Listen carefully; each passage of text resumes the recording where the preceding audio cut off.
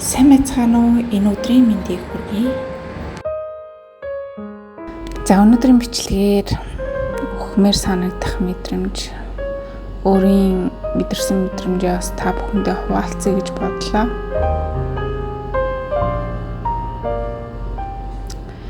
Энэ үнэхээр хэцүү.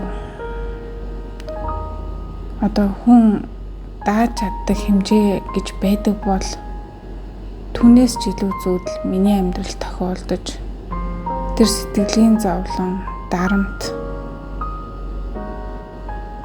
шаналл бүх зүйл хэцүү санагдаж, асгартлаа уйлж, туйлц. Тэгэл би уйлалс хин нэг намайг аврах болов, хин нэг надад туслах болов, хэсэг хугацаанд ч болтугай намайг нэг тэврээд амттай хоол авч өгөөд дулаан байранд оруулаад намайг хайрлах болов. Тэгвэл би үнэхээр сайхан амьдрандаа. Би түүнээсээ урам зориг авч цаашдаа илүү хичээж амьдрахыг хүсэндээ гэсэн мэдрэмжээр асгартлаа уйллаа. Эргэн тойрноо харлаа, найз нөхдөө бодлоо, ээж аваагаа бодлоо. Намайг ингэж байгааг хин ч мэдэхгүй байсан. Би хэлээд яах юм бэ? Хайртай хүмүүс минь надтай зовоохыг би хүсээгүй. Зүгээр л би үргэлжлүүлэн байсан. Юунаас болов? Ямар хэрэг гарав? Би өнөөдөр Үхлийн цаана юу байгааг мэдэхгүй ээжж би өөхөх тухай бодсон. Зүгээр амар амгатанд очоод сэтгэл байхгүй, дурсамж байхгүй, бүх зүйлийг мартаад бүх юм гоё болчихно гэж бодсон. Гэхдээ би үр хүүхэдтэй хүн шүү дээ. Би дөрвөн хүртэй хүн шүү дээ. Тэсэн бодол маань толгоор орж ирсэн. Эцдэг хүн өөрийнхөө төлөө биш, бусдын төлөө ирч хүч орд юм билээ. Амьдрах итгэл төрд юм билээ. Өөрийгөө зовоож байсан хүнээс өөрийгөө чөлөөлж би явсан. Өөрийнхөө төлөө амьдрахаар шийдсэн. Маш их эрч хүч ундарч гарч ирсэн. Би мөнгөгүй хэцүү байдал байсан ч гэсэн би даваад гарна гэсэн эрч хүчийг өөрөөсөө олж авсан. Яагаад гэвэл тэр өдрөөс эхэлж миний зүрх бусдын төлөө цохилж эхэлсэн. Эцэстээ би өөрийнхөө төлөө шүү дээ. Үхээс айсан учраас. Хүн гарц байхгүй гэж өөрөө л хардсан байна. Гаргалгаа олж харахыг хүсээгүй. Ямар ч боломжгүй мэд. Ямар ч хаалттай, онгорхой хаалга юу ч байхгүй мэд санагдаж байсан. Тэгээд хамтлаа уйлаад, тайвшраад ингээ харахад гарц байсан шүү. Одоо хийж байгаа ажлаа үргэлжлүүлэн хийж илүү их чадна гэсэн итгэлээр амьдралаа үргэлжлүүлсэн. Тэр өдрөөс хойш би өөртөөгөө танилцсан. Хорвоо ертөнцийн хуулийг илүү их хэрэгжүүлэхийг хүссэн. Өөрийгөө анзаарлаа. Би зовоод байна гэсэн бодол дотроо хүлэгдсэн байсан. Өөрийгөө зовжин гэдэг бодлоор хүлж тэрийг биелэх орон зайг дахин өгч ахиад надад зовох шалтгаан гарч намайг зовоох хүмүүс нь ч гарч ирж дахин намайг зовоосоор байсан юм билээ. Тэр өдрөөс эхлээд би багаар би жаргах эрхтэй хүн. Би амар амгалан мэдэрч аз жаргалаар өөрийгөө тэтгэж өөрийгөө хайрлаж болох юм байна. ертөнцийн хууль өөрөө ижил энерги татаж адилхан зүйлсийг өөртөө татдаг байтал миний өдөржин бодож байгаа тэр бодол маань маш сөрөг байсан. Би зовжин шаналж. Надаас илүү зовж байгаа хүн энэ дэлхийд байхгүй. Ингэж бодохоор яах юм бэ?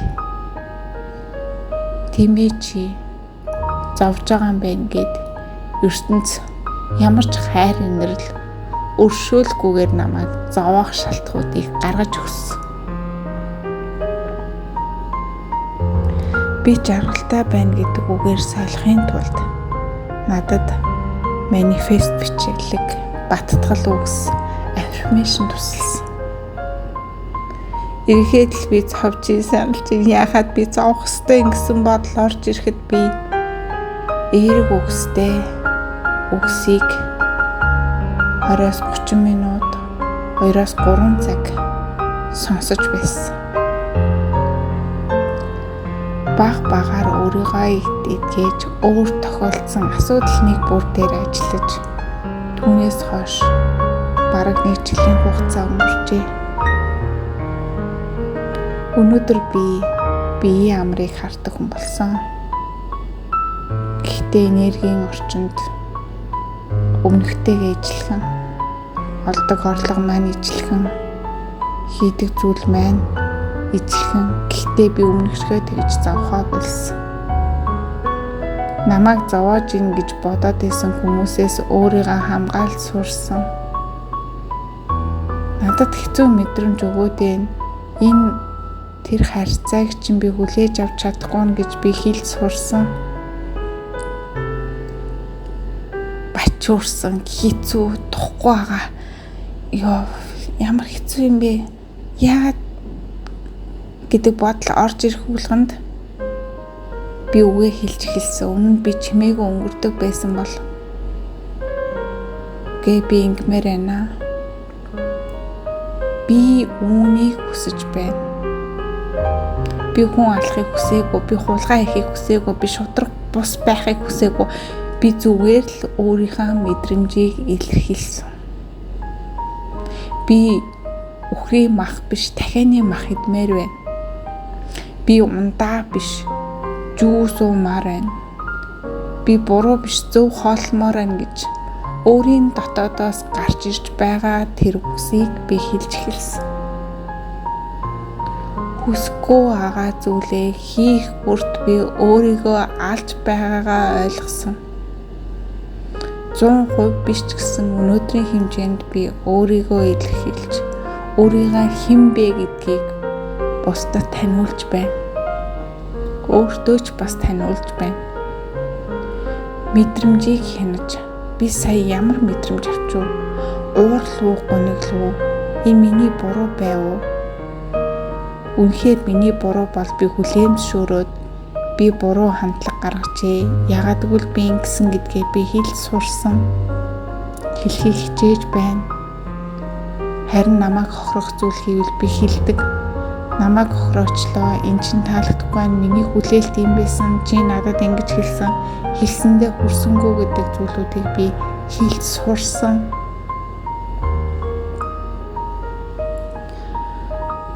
Би зөв амьсгалд сурч байна. Амьсгалаа төгжиж айдаг. хин нэгэнд гай болчихгүй юмсан. Хин нэгэнд төвөг удчихгүй юмсан.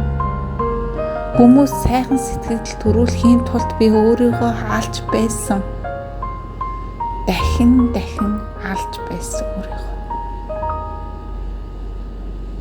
Эцэстээ юу мэдэрсэн гэж би өхмээр санагдсан. Хэрвээ би хамгийн их зовлон мэдэрч чадах юм бол хүмүүс надад туслах байх гэж би бодсон. Хизээч тэгээгүй. Хизээч тийм болоогүй. Намайг хайрладаг хүмүүсийг намайг хайрлаж байгааг мэдэж байна. Гэхдээ хинч надад туслахгүй. Би яаж өөхөх бодлоо орхисон гэж. Би өөрийнхөө төлөө зогссон. Би өөрийнхөө төлөө тэмцсэн. Би өөрийгөө хайрлаж эхэлсэн. Биеийн амрыг хайж эхэлсэн. Би тоомжиргүй хандсан. Асуудлыг тайвнаар хүлээж авч сэргийг ухамсараар түүнийг бодож шилдэг гаргалгаануудыг гаргаж эхэлсэн. Үр дүн рүү яархаа болсон. Аливаа зүйл болох ёстой цагтаа болдгийг ойлгосон. Би өнөөдөр жаргахыг яарахгүй. Гэхдээ би биеийн амрыг хардаг болсон. Аль болох өөрийнхөө төлөөх сонголтыг хийдэг болсон. Бусдын нөлөөнд автахгүй хичээдэг болсон. 100% биш ч гэсэн өнөөдөр миний мэдрэмж 70-80% руу орсон. Хинт ч гай болохгүй гэдэг үгнээсээ болоод би өөрийгөө алдсан байсан. Өөрийн дотоод алдсан. Өөрийн ур чадваруудаа дарсан нуусан. Яагаад гэвэл хүмүүс шүүмжилж байсан. Чи ямар сони юм хийд юм бэ? Энд чинь онцгүй байна. Үгүй ээ, энэ чинь үнэхээр гайхалтай зүйл байсан. Чамайг болиулахыг оролдсон. Намайг бас болиулахыг оролдсон. Амжилтанд хүрэх, орлогоо нэмэгдүүлэх зүйлсийг хийж эхлэхэд хүмүүс болиулахыг оролддсон байлээ. Тэрийг бүгд сонс. Зөвхөн өөртөө итгэж чадсан зүйлээ хүн хийж чаддгийм байлээ. Чиний алсын хараанд чиний сэтгэлд багтаж байгаа тэр зүйлийг чи хийж чадна. Би өөрийнхөө сэтгэлд багтах, хийж чадна гэсэн зүйлүүдээ авч чадаж байна. Харин тэр алсын хараа, тэр итгэлийг олж авахын тулд би өөрийнхөө сэтгэл зүг илүү их хүчрэх болох тал дээр ажиллаж байгаа. Энэ бичлэг маань ч гэсэн чамд багч гэсэн тус олох байх гэж найдаж байна. Би маш олон зүйлийг туулсан. Маш олон мэдрэмжүүдийг давж гарсан. Хүн болгоны амьдралын асуудал тууллууд өөр. Хэрвээ энэ бичлэгийг сонсож байгаа бол өнөөдөр танд гаргалгаа харагдахгүй ээж мэднэ. Гэхдээ чи өөрөө хүсэх юм бол тэр гаргалгааг олж чадна. Үхсний дараах амьдрал бүр 7 дор байвал яах вэ? Энэ хүний амьдрал дэндүү жаргалтай байсан байвал яах вэ? Үхсний дараа тамд очиж дахин тэр зүхтаад байсан тэр гаргалгааг нь олж чадахгүй байсан зүйл руугаа 1000 сая удаа нүүр тулвал яах вэ чи? Илүү их зовлон руугаа очих чагаа гэж бодоод үзтээ. Хинч мэдэхгүй өхлийн дараах амьдралыг. Тиймээс би амьдр гэж хэлмээр байна. Зүгээр л амьдр. Амьд байхад учир нь олдно. өгчхүүл хинч чамайг дурсахгүй. Хаяал чамайг бодно. Байсан бол гэж бодож уйлна. Гэхдээ чи аль хэдийн явчихсан. Бүр хэцүү нөхцөлд орчихсон. Байж болох юм. Тэгэхээр ахаад нэг бодоод үзээрэй. Гаргалгааг ол хүмүүсийг атаархтал, эрч хүчтэй, аз жаргалтай элбэг хангалуун өөрийнхөө хүссэн мөрөөдлийнхөө амьдралаараа амьдр. Харуул. Хий бүтээ.